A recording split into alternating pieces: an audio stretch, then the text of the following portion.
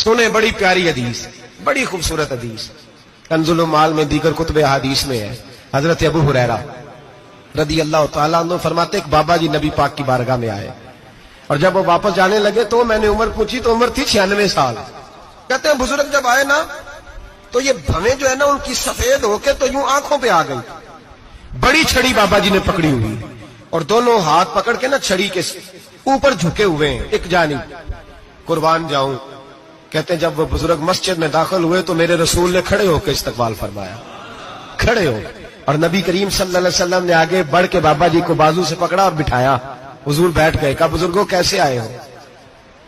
تو کہتے ہیں وہ بابا جی بات کرتے تو آنکھ کھول کے پہلے حضور کا چہرہ دیکھتے، پھر وہ بات کرتے تو ان کے لب و لہجے کے اندر بڑی پریشانی، بڑی تکلیف، بڑی مایوسی۔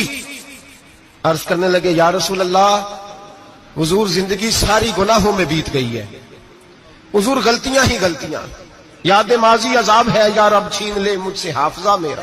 اے اللہ کے رسول بڑی لمبی فہرست ہے، پاپ ہی پاپ ہے، کالے سیاہ دفتر ہے۔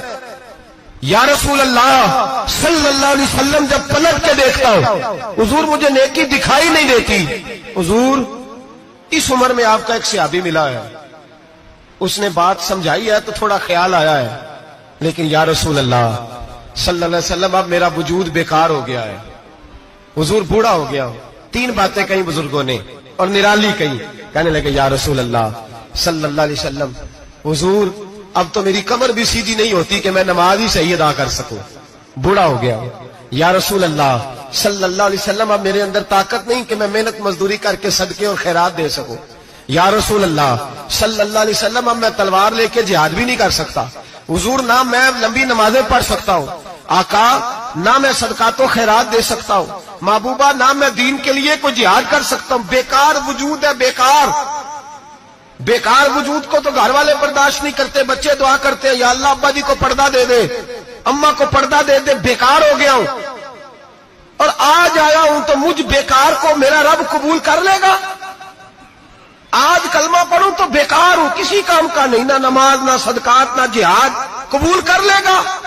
حضرت ابو ہریرہ فرماتے ہیں جیسے برسات میں بارش کی جھڑی لگتی ہے، یوں مصطفیٰ کی آنکھوں سے جھڑی لگ گئی، حضور کھل کے روئے، کھل کے۔